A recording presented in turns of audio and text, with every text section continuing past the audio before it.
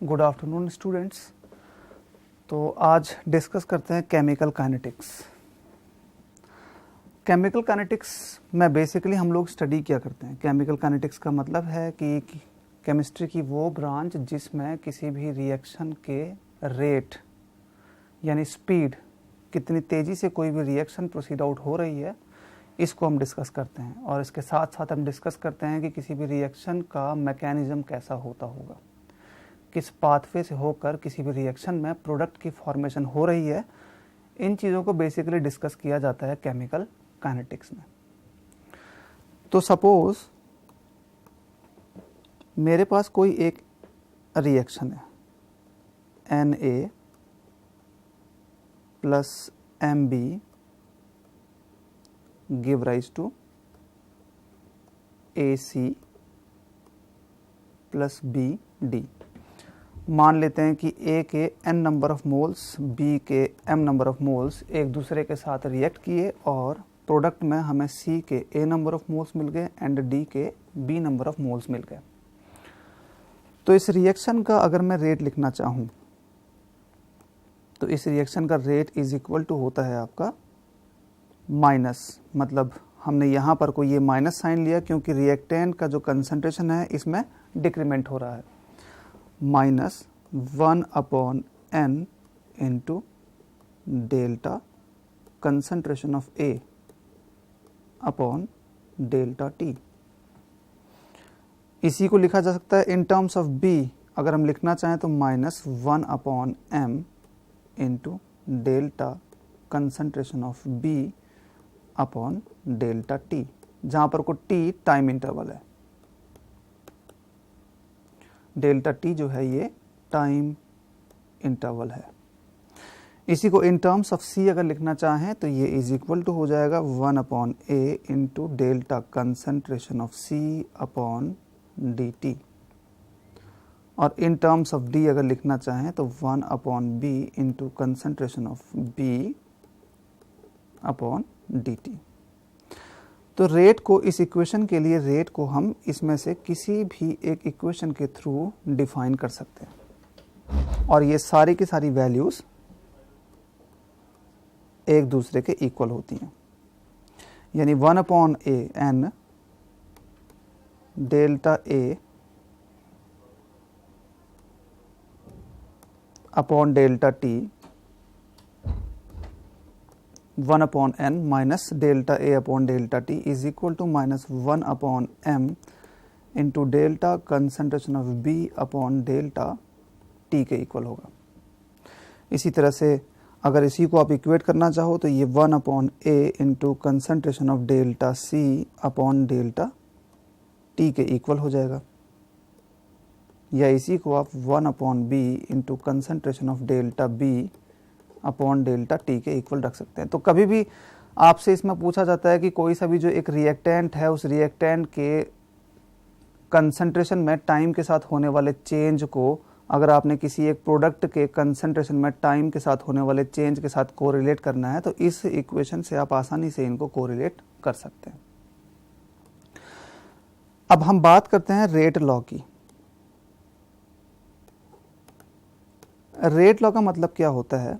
Suppose कि मैं कोई एक रिएक्शन एज्यूम कर लूँ, Na plus Mb give rise to, suppose कि हमने प्रोडक्ट कह दिया। तो इस रिएक्शन में अगर मैं कितनी तेज़ी से रिएक्शन प्रोसीड आउट हो रही है को डिफाइन करना चाहूँ, यानी रेट को अगर मैं डिफाइन करना चाहूँ तो ये इज इक्वल टू हम डिफाइन करते हैं constant into concentration of A to the power n into concentration of B to the power m। ये रेट की definition law of mass action से दी जाती है। ये रेट की जो डेफिनेशन होती है इसे हम लॉ ऑफ मास एक्शन के अकॉर्डिंग देते हैं। बट रेट लॉ कहता है कि किसी भी रिएक्शन का जो रेट होता है वो रिएक्टेंट के सारे नंबर ऑफ मोल्स के ऊपर डिपेंडेंट नहीं होता है। रेट लॉ कहता है कि रिएक्शन का जो रेट होता है इट डिपेंड्स, किसी भी एक टाइम पर अगर मैं रिएक्शन का रेट लिखना चाहता हूँ तो ये concentration of A to the power something into concentration of B to the power something के इक्वल होता है। और यही जो इक्वेशन हमारी बनी हुई है इसे हम रेट लॉ कहते हैं। और इस रेट लॉ में जो रिएक्टेंट्स के कंसंट्रेशन की पावर्स होती हैं उन्हीं का समेशन जो होता है इसी को ऑर्डर कहा जाता है, इसी को हम ऑर्डर कहते हैं। अब एक बात इंपॉर्टेंट आपको याद रहे कि जो ऑर्डर होता है इसको हम एक्सपेरिमेंटली ही डिटरमाइन कर सकते हैं, इसको हम एक्सपेरिमेंटली ही डिटरमाइन कर सकते हैं। ये बहुत ही इंपॉर्टेंट पॉइंट है। दूसरी बात, ऑर्डर फ्रैक्शनल भी हो सकता है, ऑर्डर जो होता है वो फ्रैक्शनल भी हो सकता है। तीसरी बात, ऑर्डर जो होता है ये नेगेटिव भी हो सकता है। ये ऑर्डर की इंपॉर्टेंट 3 प्रॉपर्टीज़ हैं। अब यहाँ पर को हम एक टर्म और भी इस्तेमाल करते हैं, हम कहते हैं मॉलिक्यूलैरिटी।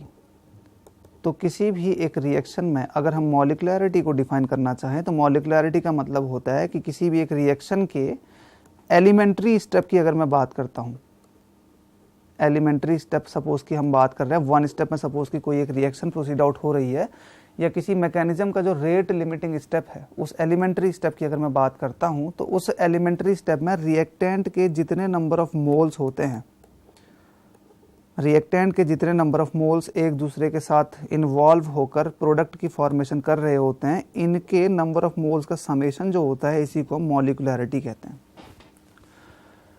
अगर एक सिंगल स्टेप रिएक्शन है, बहुत ही इंपॉर्टेंट ये पॉइंट है, अगर सपोज कि हमारे पास कोई एक सिंगल स्टेप रिएक्शन है मतलब कॉम्प्लेक्स रिएक्शन नहीं है, यानी एक ही रिएक्शन में एक ही स्टेप है और उसी स्टेप में रिएक्टेंट जो है वो प्रोडक्ट में कन्वर्ट हो जा रहे हैं, तो इस केस में आप हमेशा याद रखिएगा कि जो ऑर्डर होता है यही मॉलिक्यूलैरिटी के इक्वल होता है। ऑर्डर जो होता है ये मॉलिक्यूलैरिटी के इक्वल होता है फॉर एलिमेंट्री रिएक्शंस। लेकिन ऑर्डर मॉलिक्यूलैरिटी के इक्वल कॉम्प्लेक्स रिएक्शन में हो भी सकता है और नहीं भी हो सकता है। कहने का मतलब ये हुआ कि एलिमेंट्री रिएक्शन में ही आप हमेशा ध्यान रखिएगा कि ऑर्डर जो होता है वो मॉलिक्यूलैरिटी के इक्वल होता है। अब माना कि कोई एक कॉम्प्लेक्स रिएक्शन है, मान लेते हैं कि A give rise to product, suppose कि हमारे पास कोई एक इक्वेशन है but it is a complex reaction. कहने का मतलब ए से पहले बी जा रहा है, फिर बी से उसके बाद फिर जाके सी बन रहा है, सी से उसके बाद जाके डी बन रहा है और डी से उसके बाद जाके पी बन रहा है प्रोडक्ट। यानी ए से जो प्रोडक्ट में कन्वर्जन है ये टोटल 4 स्टेप्स में एक्चुअली होकर जा रहा है। तो इस तरह की जो रिएक्शंस होती हैं इन रिएक्शंस को हम कॉम्प्लेक्स रिएक्शंस कहते हैं। किसी भी कॉम्प्लेक्स रिएक्शन में अगर हम रिएक्शन के रेट को डिफाइन करना चाहें तो रिएक्शन के रेट को किसी एक स्पेसिफिक स्टेप के थ्रू ही हम डिफाइन कर सकते हैं। और हम कहते हैं कि इन सभी के सभी स्टेप्स में जो रिएक्शन का सबसे स्लो स्टेप होगा, इन सभी के सभी स्टेप्स में जो रिएक्शन का सबसे स्लो स्टेप होगा वही रिएक्शन का रेट लिमिटिंग स्टेप होता है। कहने का मतलब सपोज कि A give rise to be, ये रिएक्शन का स्लो स्टेप है, तो इसका मतलब हुआ कि यही इस रिएक्शन के ओवरऑल रेट को डिफाइन करेगा। अगर reaction C give rise to D slow step होता है तो इसका मतलब ये हुआ कि C give rise to D वाला जो रिएक्शन का स्टेप है यही रेट को इस रिएक्शन के डिफाइन करेगा। तो याद रखना हमेशा कि स्लोएस्ट स्टेप जो होता है, स्लोएस्ट स्टेप जो होता है यही रिएक्शन का रेट लिमिटिंग स्टेप होता है। स्लोएस्ट स्टेप जो होता है यही रिएक्शन का रेट लिमिटिंग स्टेप होता है। अब देख लेते हैं एक छोटा सा क्वेश्चन इसके ऊपर बेस्ड। अब देखो हमें यहाँ पर कोई इक्वेशन दी है, twice H2 plus twice NO give rise to N2 plus twice H2। इसके लिए मैकेनिज्म में गिवन है twice NO give rise to N2O2। ये फास्ट दिया हुआ है, साथ साथ आप क्वेश्चन को भी नोट करते रहिएगा, ये फास्ट है। N2O2 plus H2 give rise to N2O plus H2O, ये हमारा यहाँ पर को रेट डिटरमाइनिंग स्टेप आपको गिवन है।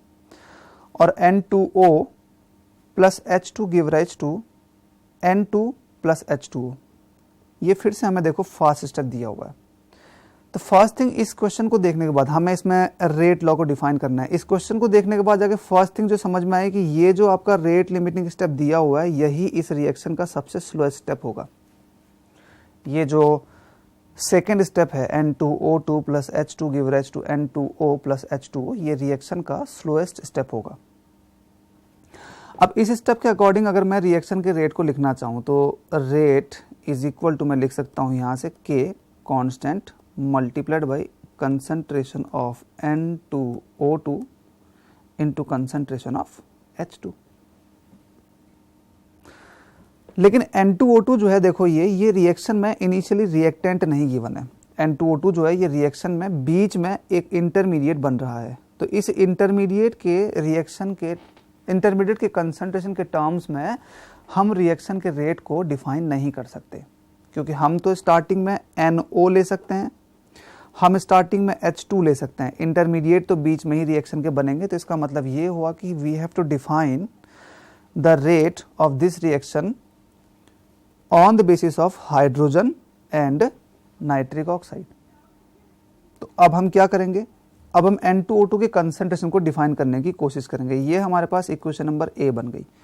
अब इस इक्वेशन नंबर फर्स्ट को अगर मैं देखता हूं तो इस इक्वेशन नंबर फर्स्ट में मुझे समझ में आ रहा है कि it is an equilibrium reaction, और अगर ये इक्विलिब्रियम रिएक्शन है तो इसका मतलब हुआ कि आई कैन डिफाइन के इक्विलिब्रियम। के इक्विलिब्रियम इज इक्वल टू होता है rate of forward direction upon rate constant for backward direction, KF upon KB। और इसकी वैल्यू अगर लिखना चाहें तो ये इज इक्वल टू हो जाएगा concentration of N2O2 upon concentration of NO का होल स्क्वायर। यानी यहां से अगर मैं N2O2 के कंसंट्रेशन को डिफाइन करना चाहूं तो concentration of N2O2 is equal to K equilibrium into concentration of NO का होल स्क्वायर। ये मेरे पास इक्वेशन नंबर बी आ गई। अब इस इक्वेशन नंबर बी से अगर मैं वैल्यूज़ को इस इक्वेशन नंबर ए में पुट करता हूँ तो यानी मैं रिएक्शन के रेट को अगर डिफाइन करना चाहूँ तो रेट इज इक्वल टू के इंटू के इक्विलिब्रियम इंटू NO का स्क्वायर इंटू H2 आ जाएगा। अब K मतलब एक कांस्टेंट था, K इक्विलिब्रियम का मतलब ये भी एक कांस्टेंट है, तो इस दोनों के दोनों कांस्टेंट की जगह मैं एक नया कांस्टेंट सपोज कि मैं K रख देता हूँ, कैपिटल K, तो इंटू NO का square into concentration of H2। ये इस रिएक्शन का रेट डिफाइन हो गया, ये इस रिएक्शन का रेट डिफाइन हो गया। यानी इसका जो ऑप्शन नंबर डी है, यही डी ऑप्शन इस क्वेश्चन का सही आंसर होगा। इसके बाद फिर चलते हैं हम नेक्स्ट क्वेश्चन में। इसमें दिया हुआ है आपको एक सेकेंड ऑर्डर रिएक्शन है, उसके लिए ग्राफ प्लॉट किया हुआ है ए इनवर्स एंड टाइम के बीच में, जहां पर को कि ए मतलब कंसंट्रेशन आपको गिवन है और टाइम के बीच में ग्राफ को प्लॉट किया हुआ है। आपको इसका स्लोप दिया हुआ है 10 इनवर्स 0.5 एंड ओपी की जो लेंथ है वो 2 लीटर पर मोल गिवन है। तो आपको बताना है कि रेट ऑफ द रिएक्शन इस का स्टार्टिंग में क्या होगा। साथ में ही क्वेश्चन को आप नोट करते रहिएगा। इसमें स्लोप की वैल्यू आपको गिवन है, देखिए स्लोप की वैल्यू जो गिवन है ये theta is equal to 10 inverse 0.5 है और ओपी जो लेंथ है इसकी वैल्यू 2 लीटर पर मोल है। एक ये सेकेंड ऑर्डर रिएक्शन है, तो फर्स्ट ऑफ ऑल एक सेकेंड ऑर्डर रिएक्शन की बात करते हैं या एक फर्स्ट ऑर्डर रिएक्शन की बात करते हैं तो कैसे कैसे इनके रेट्स को हम डिफाइन कर सकते हैं, किस किस तरह से हम इनके रेट्स को डिफाइन कर सकते हैं, हम इसको सबसे पहले देख लेते हैं। अब हम बात करते हैं सबसे पहले फर्स्ट ऑर्डर रिएक्शन की।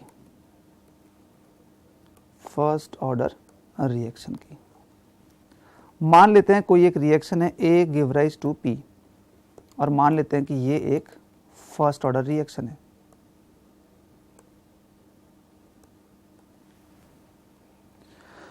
अब अज्यूम कर लेते हैं कि इस A का T इज इक्वल टू 0 पर A मोल पर लीटर हमने कंसंट्रेशन लिया हुआ था और P का इनिशियली तो 0 होगा और मान लेते हैं T is equal to T time के बाद इस A का X मोल डिकम्पोज हो गया तो इसका X मोल बन जाएगा। यानी इस रिएक्शन के रेट को अगर हम लिखना चाहें तो रेट इज इक्वल टू देखिए हम क्या लिख सकते हैं minus D concentration of A upon dt। क्योंकि रिएक्टेंट के कंसंट्रेशन के टर्म में अगर लिखेंगे तो हम इसको इतना ही लिख सकते हैं। अब वैल्यू को पुट करते हैं, minus d upon D t into ए माइनस एक्स ही आ जाएगा, यानी minus d by d t of A, minus और माइनस प्लस हो गया, d x upon D t. Constant है, डिफ्रेंशिएट करेंगे तो वैल्यू इसकी जीरो आएगी, यानी d x upon D t भी मैं इस रिएक्शन के रेट को डिफाइन कर सकता हूँ। यानी रिएक्शन का रेट dx अपॉन dt जो होगा, रिएक्शन अगर फर्स्ट ऑर्डर है तो इसका मतलब हुआ कि कंसंट्रेशन की पावर 1 के ये डायरेक्टली प्रोपोर्शनल होगी। प्रोपोर्शनलिटी के साइन को हटाते हैं तो इसका मतलब हुआ कि कांस्टेंट को हमने इंट्रोड्यूस करना पड़ेगा, यानी कि अब फर्स्ट ऑर्डर है इसलिए इसको 1 लिख देते हैं a, और a की जो वैल्यू थी ये a माइनस एक्स थी, यानी dx upon D t is equal to हमारा k1 इंटू ए माइनस एक्स आ गया। अब इसको थोड़ा सा सॉल्व कर लेते हैं। देखिए dx अपॉन एक्स वाला एक साइड में लेके चला गया, a minus x is equal to k1 into d t आ जाएगा। इंटीग्रेट कर देते हैं, अगर इंटीग्रेट किया तो इसकी वैल्यू आ जाएगी minus of ln a minus x is equal to k1 t. Indefinite integration है, इसका मतलब हमने एक कांस्टेंट को इंट्रोड्यूस करना पड़ेगा। ये आ गई मेरे पास इक्वेशन नंबर ए। अब एक छोटा सा यहां पर को अजम्पशन लेते हैं, at t is equal to zero x is equal to, इसकी वैल्यू भी जीरो है क्योंकि इनिशियली हमारे पास जो रिएक्टेंट है वो तो होगा ए, लेकिन प्रोडक्ट जो होगा वो जीरो होगा, तो जीरो टाइम पे प्रोडक्ट कंसंट्रेशन मतलब जीरो है।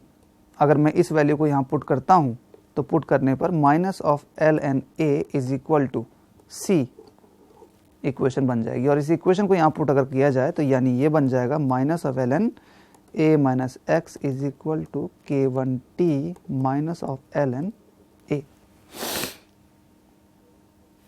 यानी l n of A minus x is equal to minus k one into t plus l n of A, मैं इसको लिख सकता हूँ, यानी y is equal to m into x plus c type की ये इक्वेशन बन गई। नेगेटिव स्लोप इसका रहेगा, देखिए स्लोप इसका नेगेटिव आ रहा है, यानी ग्राफ प्लॉट अगर पूछा जाए तो ये यानी एल एन ए माइनस एक्स ये y एक्सिस पे है, t के बीच में ग्राफ प्लॉट अगर किया जाए तो ये ऐसा आएगा। इसका स्लोप जो होगा ये माइनस k1 होगा, और जो ये इंटरसेप्ट यहाँ पर को बना हुआ है इसकी वैल्यू एल एन ए के इक्वल होगी। इसी को हम थोड़ा सा मॉडिफाई कर सकते हैं, देखिए एल एन ए माइनस एक्स, इस वाली इक्वेशन में अगर मैं एल एन ए को इसके इस साइड में लेके आ जाता हूं तो minus plus l n a is equal to मैं इसको लिख सकता हूं के वन टी के इक्वल, यानी log m minus log n, यानी l n a upon A minus x is equal to k one t के ये इक्वल आ जाएगा। L n a upon A minus x is equal to k one t के ये equal आ जाएगा। थोड़ा सा और मॉडिफाई कर देते हैं, यानी k one t is equal to 2.303 log of A upon A minus x के ये इक्वल आ जाएगा। यानी यहाँ से अगर t की वैल्यू को निकालना चाहो तो 2.303 upon k one into log of a upon a minus x आ गया। ये कहलाता है आपका integrated rate expression, integrated rate expression for first order reaction, for first order reaction t is equal to. अब यहीं से हम t हाफ की वैल्यू को भी डिफाइन कर सकते हैं, बहुत ही इंपॉर्टेंट। देखिए अगर इस t की वैल्यू आपको पता है, यानी t इज इक्वल टू आपको पता है कि 2.303 upon k into log of a upon a minus x होता है। तो अब हम यहां पर से डिफाइन करते हैं हाफ लाइफ। हाफ लाइफ मतलब कि रिएक्टेंट का आधा कंसंट्रेशन प्रोडक्ट में कन्वर्ट हो गया होगा, यानी x इज इक्वल टू मैं बात कर सकता हूं इसमें a बाई 2 के इक्वल हो जाएगा, यानी t is equal to 2.303 upon k into log of a upon a minus a by 2 आ जाएगा। अगर इसको सॉल्व करते हैं तो 2.303 into log of 2 upon k is equal to ये t हाफ के इक्वल आ जाएगा, यानी 2.303 into 0.3010 upon k is equal to मैं t हाफ लिख सकता हूँ। तो यानी इसकी वैल्यू जो आती है ये 0.693 के इक्वल आती है, यानी t half is equal to 0.693 upon k equal आ गया। तो एक बहुत ही इंपॉर्टेंट पॉइंट हमें यहाँ से पता चला हुआ कि फर्स्ट ऑर्डर रिएक्शन का जो हाफ लाइफ होता है it is independent of the initial concentration of reactant.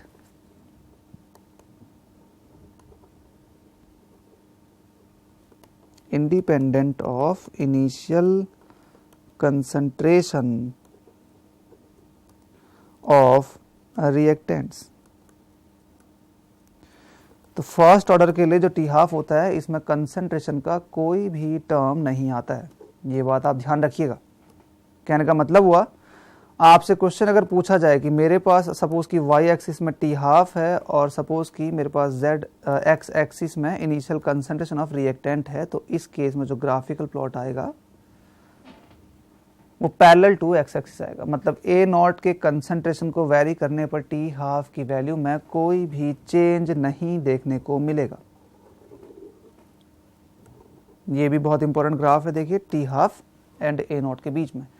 इसके अलावा फर्स्ट ऑर्डर रिएक्शन में हम एक चीज और भी जानते हैं कि रिएक्शन का रेट जो होता है वो k into concentration of a के इक्वल होता है। इसका मतलब हुआ कि y is equal to m into x type की ये इक्वेशन बन जाएगी। अल्टीमेटली मतलब आपको समझ में आ रहा है कि रिएक्शन का rate and concentration of reactant के बीच में अगर ग्राफ प्लॉट किया जाए तो ये ओरिजिन से होता हुआ स्लोप इसका हो जाएगा आपका k के इक्वल। तो रेट और a के बीच में जो ग्राफिकल प्लॉट है इसका स्लोप आपका a के इक्वल हो जाएगा। ये भी फर्स्ट ऑर्डर रिएक्शन के लिए ही ग्राफिकल प्लॉट है। अब क्वेश्चन आता है कि इनमें से कौन सा वाला graphical plot first order reaction को बिलोंग नहीं करता है, तो आप देख लीजिए टी हाफ और ए नॉट के बीच का ग्राफ इसमें कैसा आएगा, रेट और ए के बीच में कैसा आएगा, और इंटीग्रेटेड रेट एक्सप्रेशन वाला जो ग्राफिकल प्लॉट है ये भी हम ऑलरेडी डिस्कस कर चुके हैं। इसके बाद फिर हम बात करते हैं सेकेंड ऑर्डर रिएक्शन की। सेकेंड ऑर्डर रिएक्शन की अगर बात की जाए तो सेकेंड ऑर्डर रिएक्शन में मतलब ये फिर से मैं बात कर लेता हूँ इसी तरह की एक रिएक्शन की। ए गिव राइज टू पी है, फिर से ए 0 ए माइनस एक्स एंड एक्स, और मान ले कि ये रिएक्शन जो है ये आपकी एक सेकेंड ऑर्डर रिएक्शन है। तो इसका मतलब हुआ कि इस केस में dx अपॉन dt जो होगा इज इक्वल टू मैं लिख सकता हूँ k2, सेकेंड ऑर्डर है इसलिए k2 लिख देते हैं, इंटू ए माइनस एक्स का स्क्वायर, यानी dx upon a minus x का square is equal to k2 into dt के इक्वल हो सकता है। तो यानी इन दोनों को अगर मैं इंटीग्रेट करता हूं तो इसकी वैल्यू कितनी आ जाएगी। अब देखिए a माइनस एक्स यानी इसकी वैल्यू आ गई 1 upon a minus x is equal to k2t plus c। यानी यहां से अगर मैं at t is equal to 0 की बात करता हूं तो at t is equal to 0 आपको पता है कि x इज इक्वल टू भी 0 होगा, यानी 1 upon a is equal to आपका c के इक्वल आ जाएगा। इस वैल्यू को अगर यहाँ पुट कर दूं यानी 1 upon a minus x is equal to k2t plus 1 upon a के ये इक्वल आ जाएगा, k2t प्लस 1 अपॉन a के ये इक्वल आ जाएगा, यानी k2t is equal to 1 upon a minus x minus 1 upon a के ये इक्वल आ जाएगा। k2t is equal to 1 upon a minus x minus 1 upon a के ये इक्वल आ जाएगा। अब फिर से देखिए हम यहाँ पर को एक बार फिर से ग्राफिकल प्लॉट के बारे में सोच सकते हैं। अगर मैं सपोज कि ये y अज्यूम कर लूँ is equal to m into x assume कर लूँ प्लस c अज्यूम कर लूँ, तो यहाँ से फिर से ग्राफिकल प्लॉट देखो सेकेंड ऑर्डर रिएक्शन के लिए हम डिफाइन कर सकते हैं। यानी अगर a minus x to the power minus 1 and t के बीच में ग्राफ प्लॉट किया जाए तो पॉजिटिव स्लोप वैल्यू इसकी हो जाएगी k2 with intercept 1 upon a। Intercept 1/a ही आ जाएगा। तो इस तरह से हम डिफाइन कर सकते हैं कि सेकेंड ऑर्डर रिएक्शन में जो इंटरसेप्ट है उसकी वैल्यू तो 1/a के इक्वल होती है, और जो ये स्लोप होता है, ये स्लोप जो होता है k2 के इक्वल होता है। स्लोप मतलब tan थीटा, यानी हम कह सकते हैं कि tan theta is equal to आपका k2 के इक्वल होता है। ये है सेकेंड ऑर्डर रिएक्शन के लिए।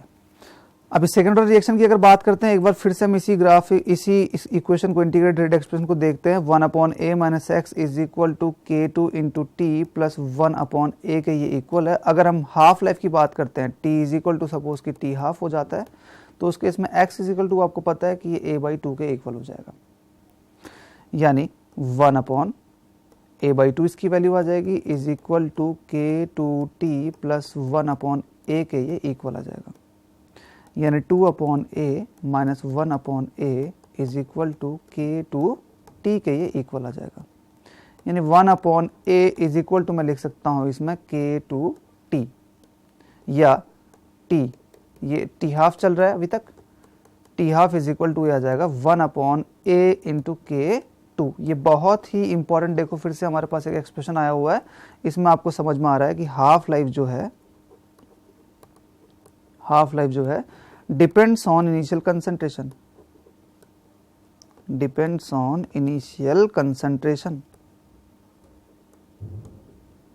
Half life depends on initial concentration.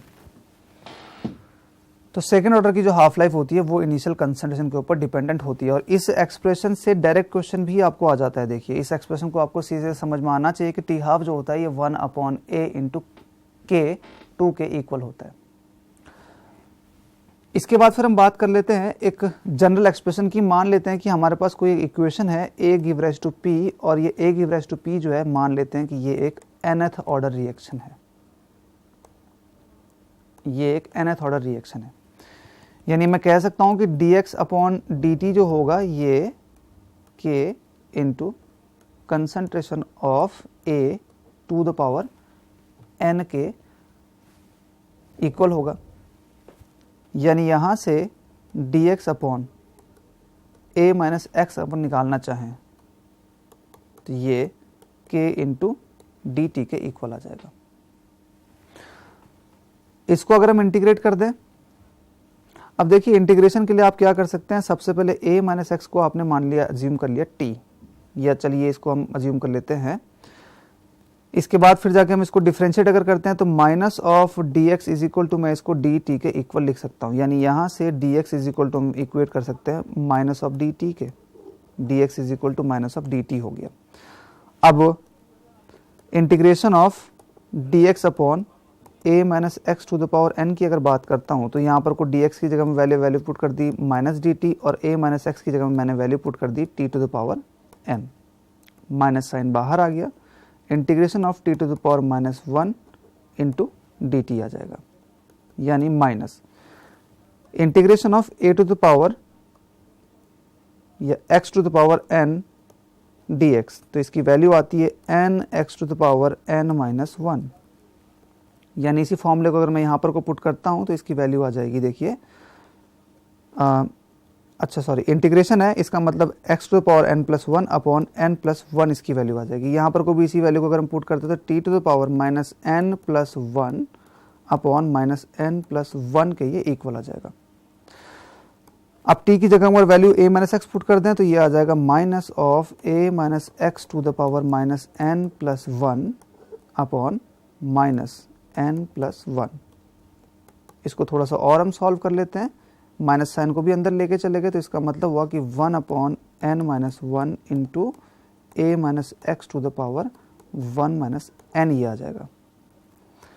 ये इसका इंटीग्रेशन आ गया, और इसके ऑपोजिट साइड में जो हमारे पास था वो k into t plus c था, यानी at t is equal to 0 अगर देखा जाए तो आपको पता है कि x इज इक्वल टू 0 को इक्वल होगा, यानी c की अगर वैल्यू को निकालना चाहें तो ये 1 upon n minus 1 into a to the power 1 minus n के इक्वल आ जाएगा।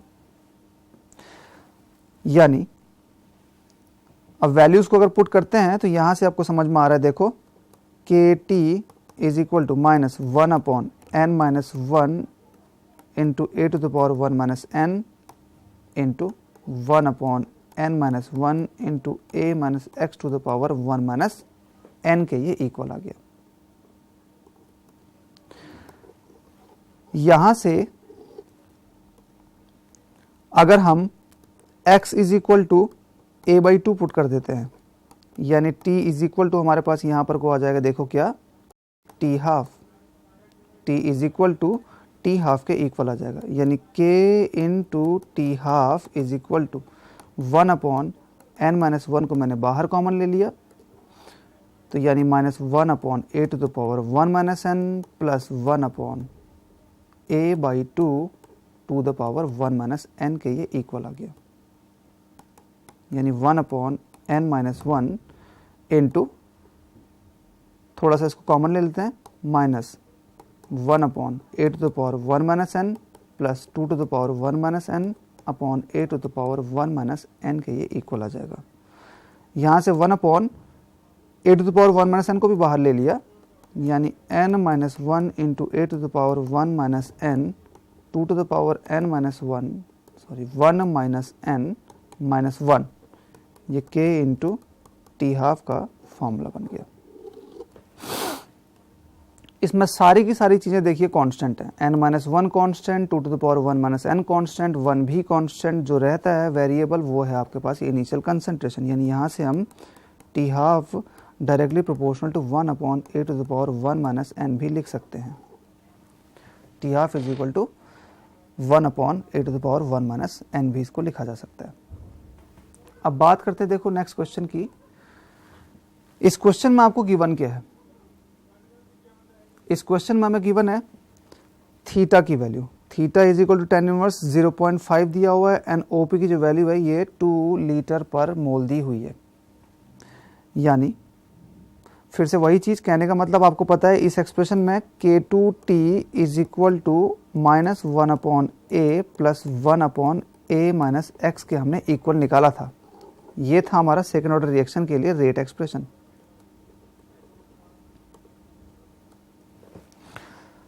और इस एक्सप्रेशन में हम थोड़ा सा इसको देख लेते हैं, मतलब K2T इज इक्वल टू, इसको इधर साइड में लेके आते हैं, plus 1 upon a is equal to a minus x to the power minus 1 हमारा आ जाएगा, यानी y is equal to m into x plus c type की इक्वेशन हमारी यहाँ पर को बन चुकी है। यानी इंटरसेप्ट की अगर बात करता हूँ, इंटरसेप्ट की अगर बात की जाए तो intercept c is equal to देखो आपका 1 अपॉन ए के इक्वल आ चुका है, और अगर स्लोप की बात की जाए तो slope m is equal to आपका K2 के इक्वल आ जाएगा। अब आपको गिवन क्या है, आपको दिया हुआ theta is equal to ten inverse 0.5, theta is equal to ten inverse 0.5, इसका मतलब हुआ कि टेन थीटा हम लिख सकते हैं इसको 0.5 के इक्वल, टेन थीटा 0.5 हो गया, यानी यही आपका स्लोप के इक्वल होता है, और स्लोप इज इक्वल टू आपको पता है कि K2 के इक्वल है। इसका मतलब हुआ कि K2 की वैल्यू आपका 0.5 डिफाइन हो चुकी है, और आपको गिवन है इंटरसेप्ट यानी C is equal to 1 upon A के इक्वल है, 1 अपॉन ए, इसका मतलब हुआ कि ये 2 लीटर मोल इनवर्स आ जाएगा, यानी A इज इक्वल टू अगर देखा जाए तो ये 1 अपॉन 2 मोल लीटर इनवर्स आ जाएगा, यानी A is equal to 0.5 mole litre inverse हो गया। अब रिएक्शन सेकेंड ऑर्डर है, इसका मतलब हुआ कि रिएक्शन के रेट को अगर हम डिफाइन करना चाहें तो ये is equal to K into concentration of A का स्क्वायर हो जाएगा। इसका मतलब हुआ K की वैल्यू तो आपको 0.5 गिवन ही है, मल्टीप्लाइड बाई 0.5 का स्क्वायर, ये इसके लिए ओवरऑल रिएक्शन का रेट आ जाएगा, यानी 0.125 mole litre inverse minute inverse. Rate is equal to देखो इसमें आ जाएगा 0.125 mole litre inverse minute inverse. यानी इस क्वेश्चन का 0.125। ऑप्शन नंबर जो बी है यही सही आंसर होगा, 0.125 mole litre inverse metre minute inverse. किसी भी एक रिएक्शन की अगर मैं बात करता हूं, मान लेते हैं कि A give rise to P है।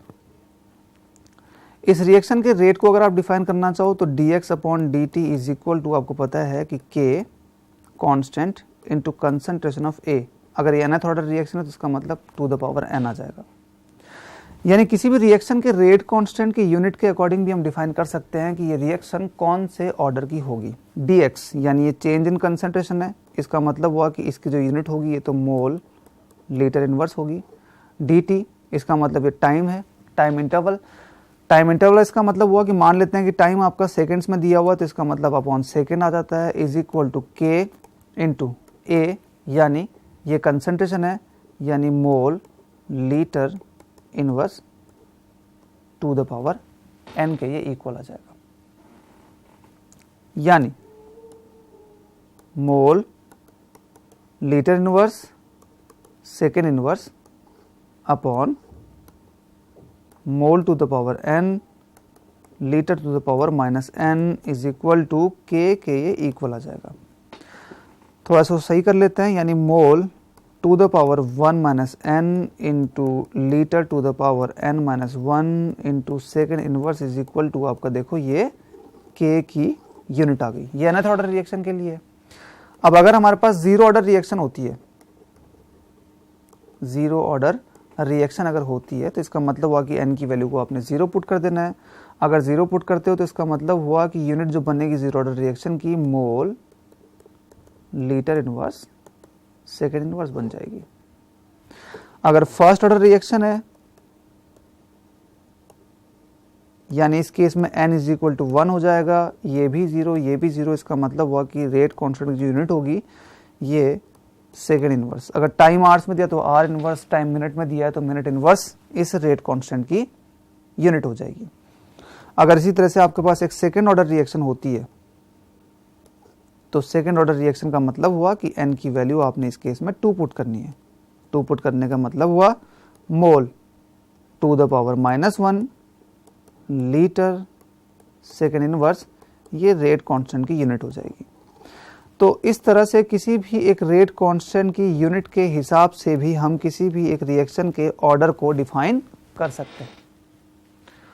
आपसे एक क्वेश्चन सिंपल सा पूछ दिया कि आपसे पूछा कि भाई एक रिएक्शन है, इस रिएक्शन के लिए रेट कांस्टेंट की जो वैल्यू है ये 5 सेकेंड इनवर्स है, बताओ इस रिएक्शन का ऑर्डर क्या होगा। आपने जस्ट इसकी यूनिट को देखना है, रेट कांस्टेंट की यूनिट सेकेंड इनवर्स, इसका मतलब हुआ कि ये एक फर्स्ट ऑर्डर रिएक्शन होगी। किसी भी एक रिएक्शन के लिए rate constant is equal to 10 to the power 2 mole litre inverse second inverse अगर गिवन है, इसका मतलब है कि आपने जस्ट इसकी यूनिट को देखना है, कंपेयर करना है कि कौन सी वाली यूनिट से ये मैच करता है। जीरो ऑर्डर रिएक्शन है, मोल लीटर इनवर्स सेकेंड इनवर्स, इसका मतलब हुआ कि ये जो रेट कांस्टेंट है ये एक जीरो ऑर्डर रिएक्शन को रिप्रेजेंट कर रहा है। इस तरह से सिंप्लीफाइड वे से हम किसी भी एक रिएक्शन के रेट कांस्टेंट की यूनिट की मदद से रिएक्शन के ओवरऑल ऑर्डर को डिफाइन कर सकते हैं। रिएक्शन का ऑर्डर क्या होगा, इस ऑर्डर को रिएक्शन के रेट कांस्टेंट की यूनिट की मदद से भी डिफाइन किया जा सकता है। अब फिर चलते हैं नेक्स्ट क्वेश्चन की ओर। इस क्वेश्चन में आपको दिया हुआ है AB5 give rise to AB plus 4B, और इस रिएक्शन का जो रेट है उसको दो तरह से एक्सप्रेस किया हुआ है। एक है इन टर्म्स ऑफ AB5 और दूसरा है इन टर्म्स ऑफ B। अब इस केस में हम इस रिएक्शन के रेट कांस्टेंट्स के बीच में रिलेशन को डिफाइन करना चाहते हैं। अब देखो, रेट कांस्टेंट के बीच में अगर रिलेशन को हम डिफाइन करना चाहें तो हम कैसे कर सकते हैं। इक्वेशन जो आपको गिवन है ये है AB5, ये स्टार्टिंग में जो हमने देखा था वही है, कहने का मतलब हुआ कि AB प्लस 4B के ये इक्वल है। यानी अगर मैं यहां पर कोई in terms of AB5 reaction के रेट को डिफाइन करना चाहूं, यानी minus D concentration of AB5 upon DT is equal to, in terms of AB अगर डिफाइन करना चाहें तो D concentration of AB upon DT, और इन टर्म्स ऑफ बी अगर डिफाइन करना चाहें तो 1/4 concentration of D B upon D T के ये इक्वल आ जाएगा। अब आपने के यानी ए बी 5 के टर्म में जो रिएक्शन का रेट है और बी के टर्म में जो रिएक्शन का रेट है को कोरिलेट करना है। तो फर्स्ट ऑफ ऑल हम देखते हैं कि ये वाला जो हमारा फर्स्ट एक्सप्रेशन है और ये वाला जो हमारा थर्ड एक्सप्रेशन है, इन दोनों के बीच में हमने कोरिलेशन को निकालना है। आपको डी ए बी 5/dt की वैल्यू गिवन है, इसकी वैल्यू आपको गिवन है k into concentration of A B 5 और आपको इस dB/dt की वैल्यू भी गिवन है k1 इंटू ए बी 5 यानी 1/4 into k1 into concentration of A B 5 हम इसको लिख सकते हैं। इन दोनों को अगर इक्वेट कर दें तो इक्वेट करने पर ये ए बी 5 से ये ए बी 5 कैंसिल आउट हो जाएगा, यानी 4k इज इक्वल टू, देखिए इसकी वैल्यू आ गई k1, यानी option number C 4k is equal to k1 यानी ऑप्शन नंबर सी जो है ये इस क्वेश्चन का सही आंसर होगा। अब इसी तरह से देखो नेक्स्ट क्वेश्चन की तरफ चलते हैं। ये देखो, इससे पहले भी थोड़ी देर पहले मैंने डिफाइन किया कि एक हाइपोथेटिकल आपको रिएक्शन दे रखी है ए से बी, इसमें रेट कांस्टेंट की वैल्यू आपको गिवन है 0.25 सेकेंड इनवर्स और इसके बाद फिर जाके आपको क्वेश्चन पूछा हुआ है कि if the concentration of A is reduce to half then the value of the rate constant. कंसंट्रेशन की वैल्यू को आपने हाफ किया और उसके बाद फिर जाके हमने यहां पर को रेट कांस्टेंट की वैल्यू को डिफाइन करना है। तो एक बात ध्यान रहे कि ये रिएक्शन जो होती है, रिएक्शन का रेट होता है, ये टेम्परेचर डिपेंडेंसी को शो करता है।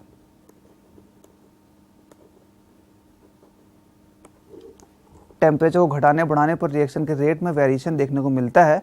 रेट कांस्टेंट की वैल्यू अगर 0.25 सेकेंड इनवर्स है तो कंसंट्रेशन के ऊपर नीचे करने पर रिएक्शन के रेट कांस्टेंट की वैल्यू में कोई भी फर्क नहीं आता है। इसका मतलब हुआ कि इस केस में इस रिएक्शन का जो रेट कांस्टेंट है वो कंसंट्रेशन को हाफ करने के बाद भी कांस्टेंट ही रहेगा, यानी 0.25 सेकेंड इनवर्स ही रहेगा। और वैसे देखा जाए तो इसके रेट कांस्टेंट की मदद से आप बता सकते हैं कि रिएक्शन का ऑर्डर क्या होगा।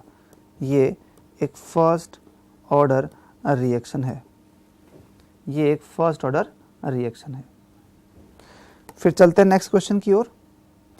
हमें दिया हुआ zero order reaction, zero order reaction है और इसमें हमने बताना है कि टी हाफ की जो वैल्यू है वो कंसंट्रेशन के किस पावर के प्रोपोर्शनल होगी। तो अब सबसे पहले हम बात करते हैं, ये है एक zero order reaction. Zero order reaction है तो इसका मतलब हुआ, फिर से हम डिफाइन करते हैं, A give rise to P.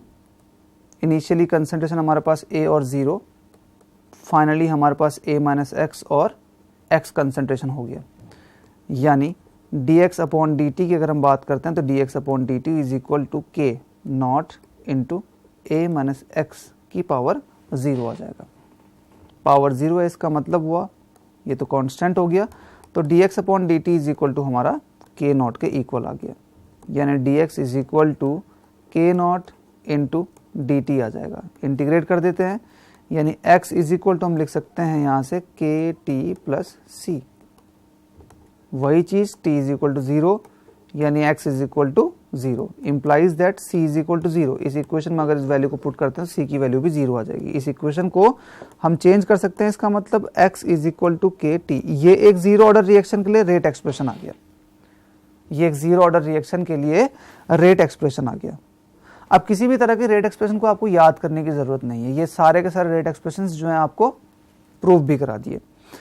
अब जीरो ऑर्डर रिएक्शन है, इसको मैंने नॉट लिखा था। अब हाफ लाइफ की बात करते हैं तो x इज इक्वल टू आपका यहाँ से a/2 के इक्वल आ जाएगा। x इज इक्वल टू देखो इसमें a/2 के इक्वल आ जाएगा, यानी t हाफ को अगर हम डिफाइन करना चाहें तो ये a/2k के इक्वल आ जाएगा। T half is equal to a/2k के इक्वल आ जाएगा। कहने का मतलब है कि टी हाफ जो होता है वो इनिशियल कंसंट्रेशन के डायरेक्टली प्रोपोर्शनल होता है। ये बहुत ही ज़्यादा इंपॉर्टेंट, फिर से देखो हमारे पास एक और रिजल्ट निकला कि जीरो ऑर्डर रिएक्शन के लिए जो हाफ लाइफ होता है वो इनिशियल कंसंट्रेशन के डायरेक्टली प्रोपोर्शनल होता है। और अगर वैल्यू को कभी निकालना होगा in terms of rate constant, अगर आपने वैल्यू को निकालना होगा, इफ इनिशियल कंसंट्रेशन की वैल्यू आपको गिवन है तो T half is equal to A/2 के फॉर्मूला को अप्लाई करने के बाद भी आप वैल्यू को निकाल सकते हो। ये बहुत ही इंपॉर्टेंट फॉर्मूला, देखो टी हाफ को जीरो ऑर्डर रिएक्शन के लिए हमने डिफाइन किया, तो T half is equal to A/2 के होता है, यानी इनिशियल कंसंट्रेशन के ही डायरेक्टली प्रोपोर्शनल होता है। और इस क्वेश्चन में अगर देखा जाए तो हमारे पास जो ऐसा ऑप्शन नज़र आ रहा है वो ऑप्शन नंबर ए है, यानी टी हाफ जो है इसी ऑप्शन नंबर ए में इनिशियल कंसंट्रेशन के डायरेक्टली प्रोपोर्शनल डिफाइन किया हुआ है, यानी यही ऑप्शन इसका सही आंसर होगा। फिर चलते हैं नेक्स्ट क्वेश्चन की ओर।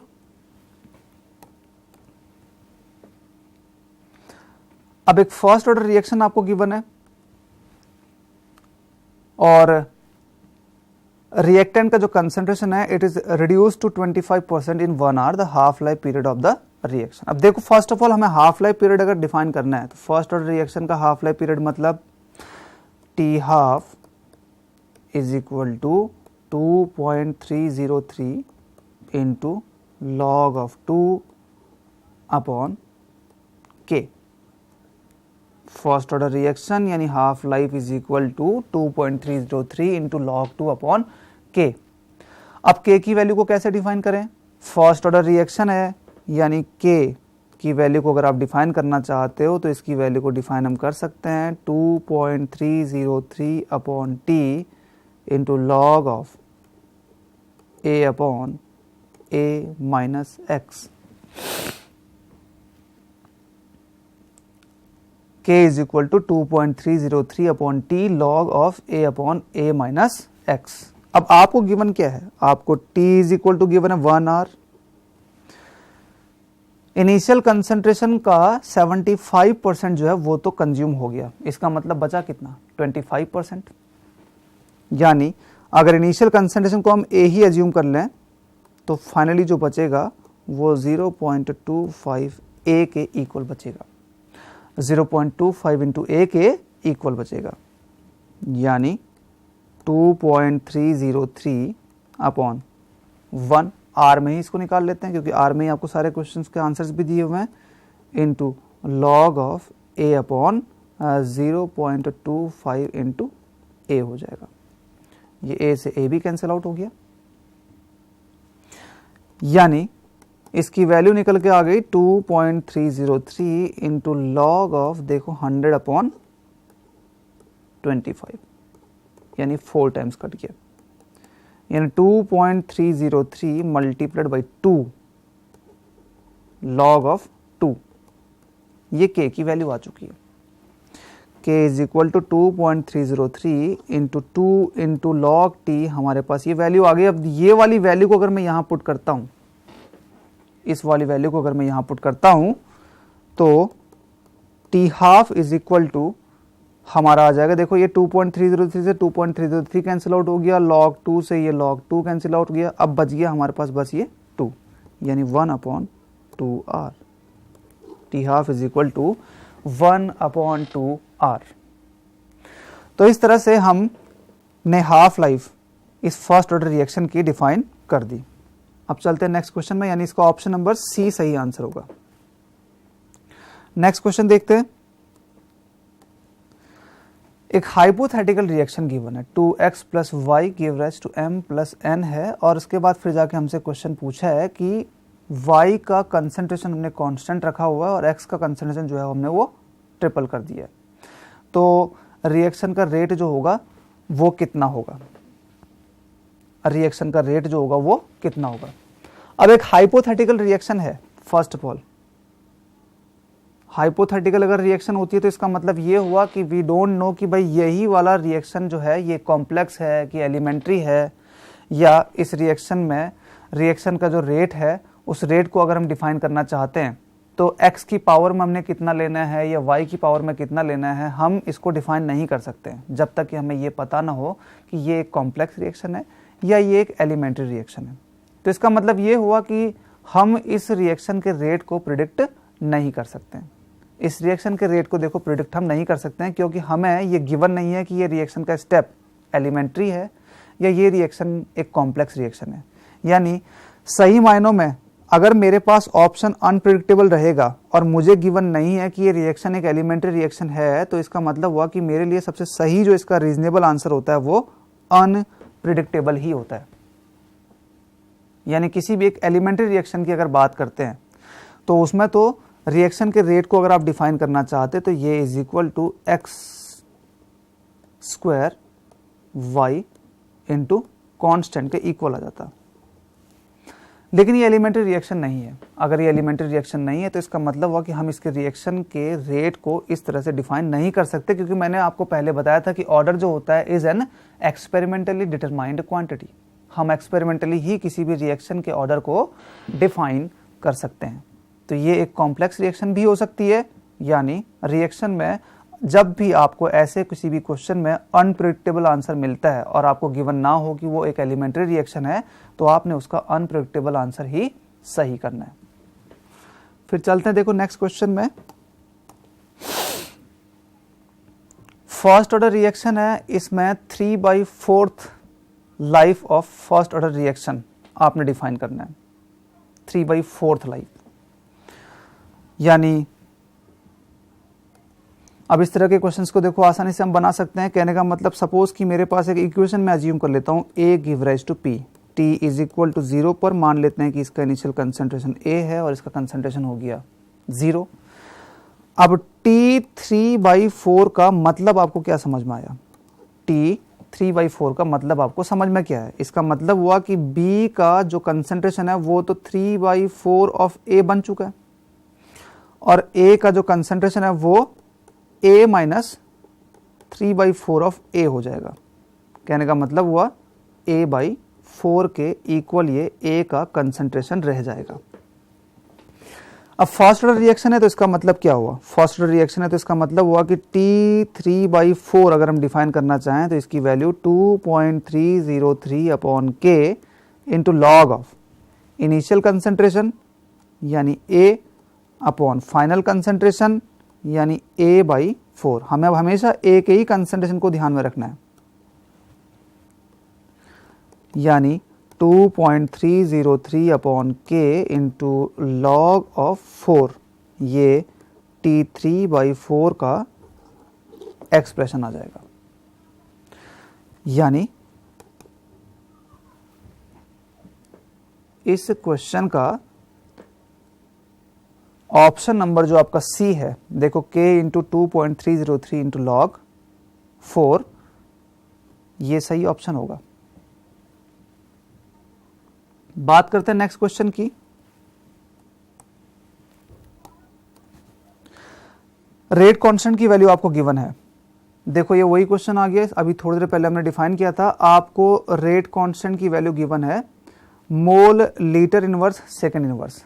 रेट कांस्टेंट जो आपको गिवन है ये mole litre inverse second inverse है। तो इसका मतलब हुआ फिर से वही चीज, कहने का मतलब हुआ कि ऐसा रिएक्शन का, ऐसे कौन सी रिएक्शन में रेट कांस्टेंट के लिए ये यूनिट आ सकती है।